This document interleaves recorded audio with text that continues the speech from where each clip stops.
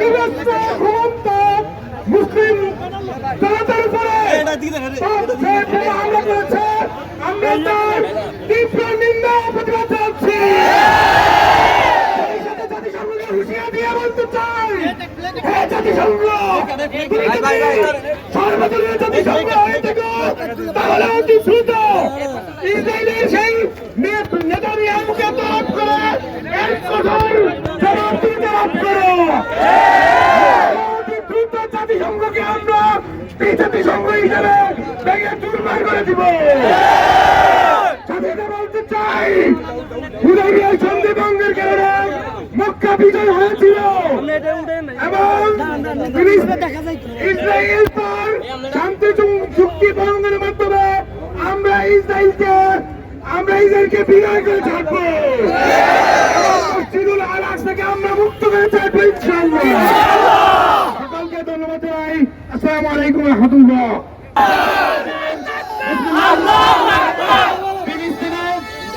Israeli বর্বর হামলার প্রতিবাদে আজকের বিক্ষোভ সমাবেশে উপস্থিত সম্মানিত তৌহিদি ছাত্র জনতা, আসসালামু আলাইকুম ওয়া রাহমাতুল্লাহ।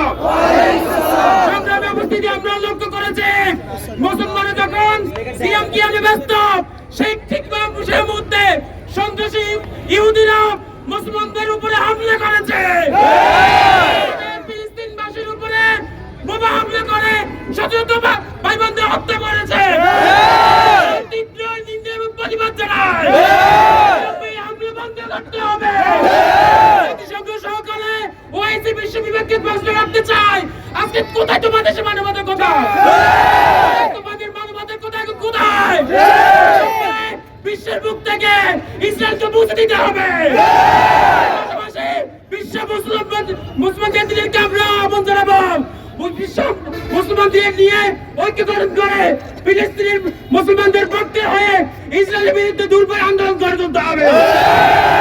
সম্মানিত উপস্থিতি, সবাইকে আজকে প্রোগ্রামে আসার জন্য ধন্যবাদ জানিয়ে এরপর আমাদের সামনে কথা বলার জন্য অনুরোধ করছি বাংলাদেশ জামাত ইসলামী লক্ষ্য সহযোগী সম্মানিত আমির আবুল ফরাদ নিশান ভাইকে।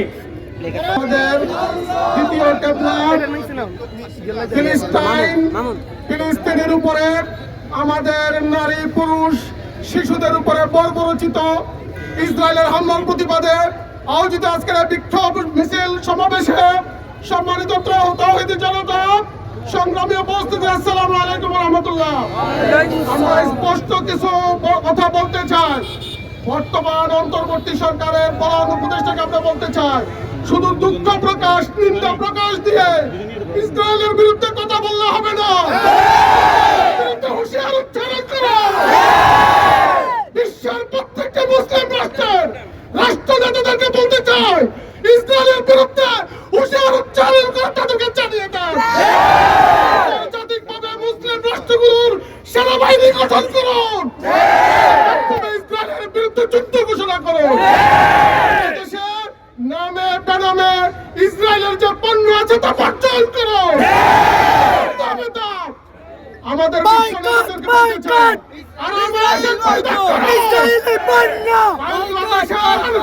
মানচিত্রকে বাংলাদেশের দেওয়া হচ্ছে না, প্রয়োজনে ফিলিস্তিনকে মুক্ত করার জন্য বাংলাদেশের সীমানাকে ফিলিস্তিন পর্যন্ত নেওয়া হবে।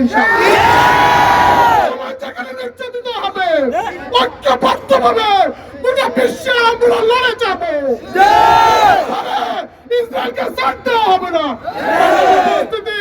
আমরা ইসরায়েলের বিরুদ্ধে অব্যাহত আন্দোলন থাকবে ইনশাআল্লাহ। ইসরায়েলের জামাত ইসলামী লক্ষ্মীপুর জেলা সহকারী সেক্রেটারি চট্টগ্রাম মাওলানা নাসিরউদ্দিন মাহমুদ ভাই।